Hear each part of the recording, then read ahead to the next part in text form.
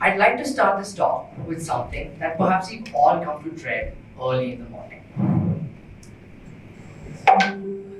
Ironic, isn't it? The internal sigh we heave upon seeing something that's supposed to be a wish of good fate. Now, don't get me wrong, I love you, Grandpa, but I don't need an onslaught of blindingly colorful gifts clogging up my storage space every morning to remind me. These messages are so common that in 2018, WhatsApp servers crashed because more than 1 billion good morning messages were forwarded across the platform. With 2.7 billion monthly users, there's no denying that social media platforms like WhatsApp have an incredible hold on the minds of people in today's digitally driven world. Was it always like this? Travel back in time with me to 2019. Social media was a thing. We were all aware of it and it was being used quite commonly. But the fact remains, its presence wasn't nearly as profound as it is now. In 2020, the pandemic served as a catalyst for the impact social media had on our lives, especially for my generation. With the era of Zoom and Teams, my education during the most important years of my schooling was happening on my computer. I didn't have a classroom, I had channels and meetings.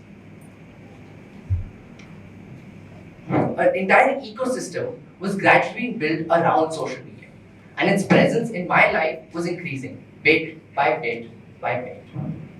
I have a question for the not so young members of the audience sitting here today. When you were my age, what was the first thing you did after getting up? Brush your teeth, maybe. Drink a glass of hot water. Go for a walk, even. Whatever your answer may be, I know that for my generation, who lived through a pandemic during their formative years, the answer is almost invariably check my phone. Let's go through a day in the weekend of a life of a school-going student. So after we've been through all the good morning messages, we browse the net to catch up on today's news. And or, as I like to call it, we hop on the news cruise. After that, we take a bath, we get ready, and we sit down for breakfast. But what's a meal with eggs without some Instagram? Or, as Dr. Seuss would call it, green eggs and gram. Now, for all the parents in the audience, don't worry, I haven't forgotten that this is a day in the life of a school student. So let's set aside the rest of the morning for study. Then comes lunch. And what's eating without a bit of tweeting? After that, because we're bored of all the studying in the morning, we sit down and play a game to run away from all our responsibilities, whether that be 11:59 p.m. deadlines or boring maths homework that nobody wants to do on a weekend. After that, unfortunately, we fall into the trap of intense Instagram doom scrolling. And after giving our fingers a good workout for just about an hour, we sit back down to study again. Then comes dinner. We'd have a meal that's well cooked with Facebook. After that, the day is over. And I think it's more than fair to wind down with a good movie. Or, as my mom would like to call it, wasting time on Amazon Prime. Jokes aside, this is actually quite a productive day. We've had 2 whole study sessions and it's the weekend.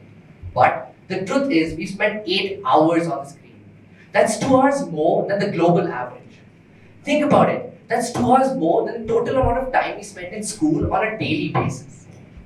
You see, my generation has a reputation for being addicted to their phones, for being lazy. But that's not the complete truth. The pandemic, quite frankly, forced us to be dependent on social media. Because without it, we would have had no way to maintain our relationships. We got up to the news, or, as in my case and millions of others around the world, even receive an education. That being said, I was addicted to social media for quite some time. It was pretty bad. I was spending upwards of 10 to 11 hours a day on some media platform or the other. I was isolated from my family. And I got to the point where I knew my laptop better than I knew my own family members. And it was quite strange because we were all cooped up in the same house for months on end. Social media even started hitting my academics quite heavily. My grades were getting progressively worse. Yet, I was still in denial. I refused to come to terms with the crippling effect social media was having on my day-to-day life. And that's how it creeps in, like an unrealized, invisible evil whose true effects don't even reveal themselves until you slow down, look back, and take stock of the situation.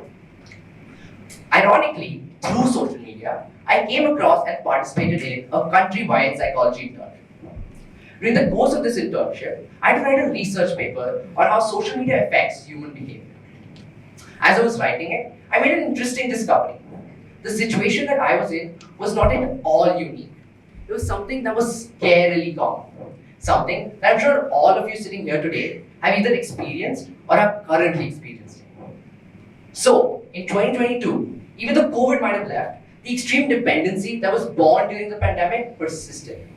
My life was still largely centered around social media. But I noticed that it wasn't just my generation.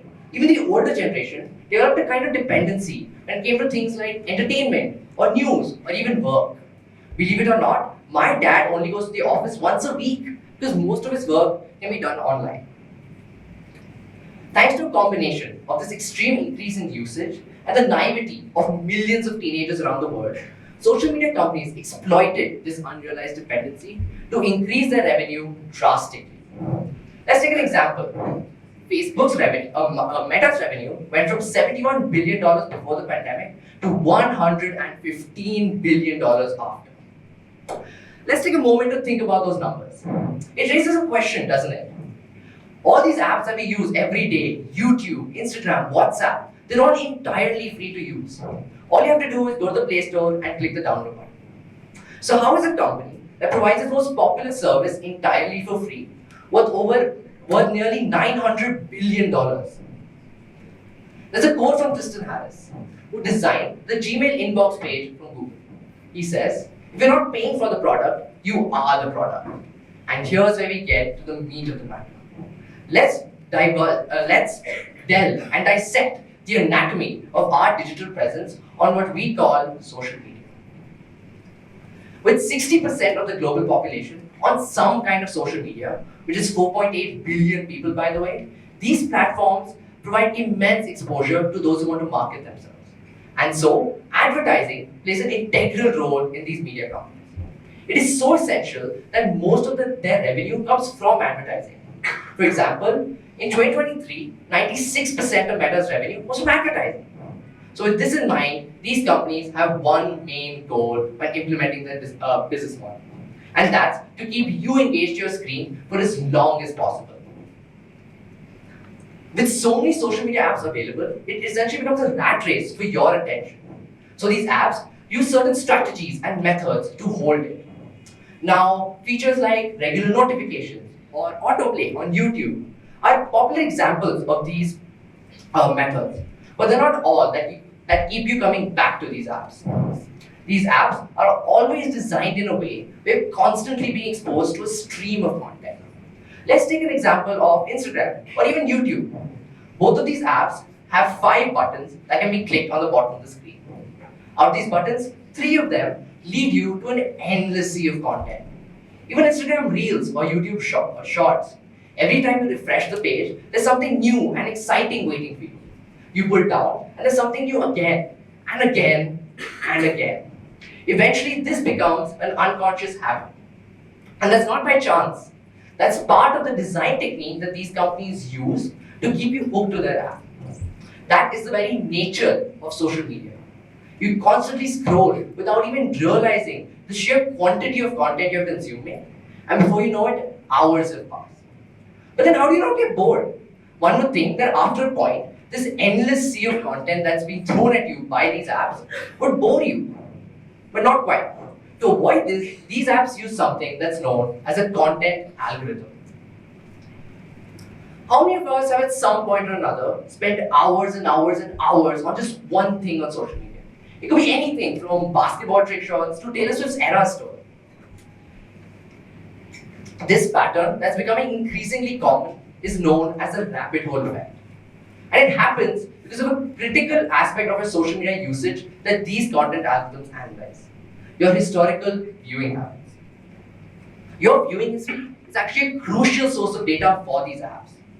Through this data, the information that they have on you is genuinely unimaginable. They know your schedule, your habit, your moods, your subconscious tendencies, even the nature of your relationships. All of this through just your viewing history. This information then serves as the foundation for these content algorithms to personally curate content for you that aligns with your interests. Let's take a very simple example. In this picture right here, I have just finished watching a Gordon Ramsay video. Turn your attention to the videos that are being recommended to me. All these videos have something to do with Gordon Ramsay. And since the content that I'm being exposed to aligns with my interest, I'm more likely to spend more time on this app. And so, in the battle for attention, YouTube wins for my boring, dull chemistry homework. But there's an unfortunate truth behind these methods or strategies. They come with consequences. Consequences that have an incredible impact on the way we live our lives. But ones that often go unnoticed until it's too late. Some time ago, I came across some social media personalities that were getting more in shape.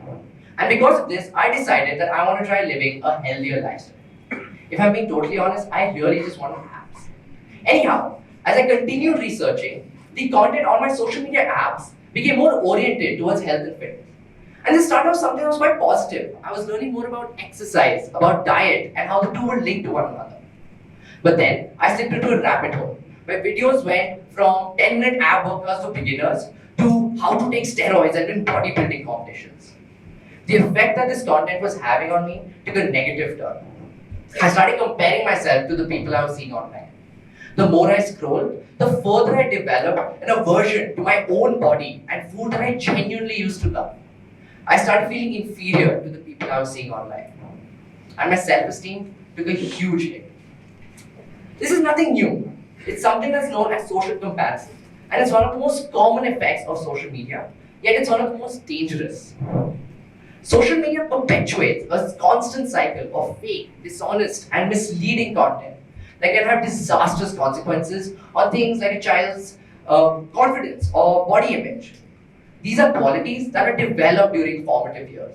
And when this time is spent on social media instead, these qualities are sacrificed for the sake of likes or shares. But it's not all just scary consequences. Advancements in technology indicate an exciting future for social media. Stories from science fiction novels are literally coming to life. In 2024, when we think of technology, the first thing that comes to our mind is AI. And AI indeed has a key role to play in the evolution of social media. Particularly deepfake technology can completely change the way we perceive the content that we see on these media platforms. I'm about to show you two videos. One of these videos is made using deepfake technology. The other is made authentically. I'd like you to try and figure out which is which. It's been less than a week since the deadliest mass shooting in American history. And foremost in all of our minds has been the loss and the grief felt by the people who are like, especially our friends who are lesbian, gay, bisexual, or transgender. I visited with the families of many of the victims on Thursday, and one thing I told them is that they're not alone. How many of you think that the first video was the one that was authentic? How many of you think that the second video was the one that was authentic? Now, here's where I have to confess something to you. I honestly don't know. When I was making this presentation, even I got confused. And that's how good this technology has become. Just think about it. Technology like this could be used to make this entire talk on YouTube about me rambling about how much I had bangan ka bharta. Jokes aside, the way this technology can change the content on these media platforms are endless. And while it can be used to make funny clips of your favorite celebrities saying silly catchphrases, think about a world where words can be put into the mouth of a global leader, one of the most powerful men on the planet, and shared not just to millions, but billions across the globe in just seconds. AI also can redefine the concept of digital identity. What digital identity is, in essence, is a representation of an individual in the space known as social media. All of us have a digital identity. You, me, influencers, business owners, even large multinational corporations have some kind of digital identity. And as of right now, real people are behind this identity. But as AI develops, it has the potential not just to take over these identities, but to even have its own on social media. In fact, Meta has recently introduced accounts on Instagram that have AI integrated into them. Now, this is admittedly primitive, but it's a fascinating peek into the future of social media.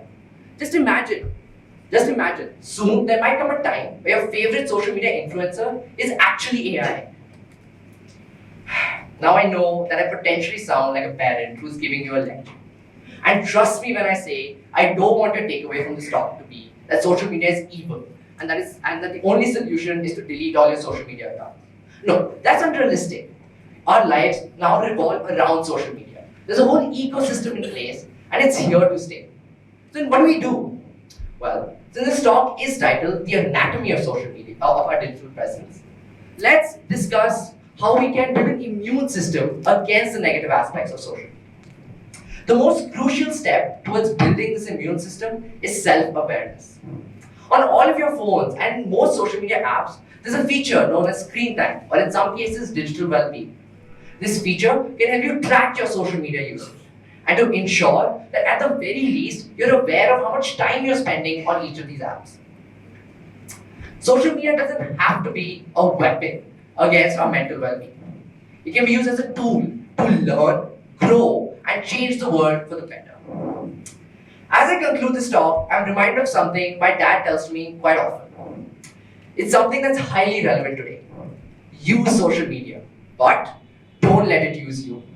Let us embrace the responsibility that comes with our digital presence and ensure that the domino effect that's created by social media is one that uplifts, enlightens, and unites us all.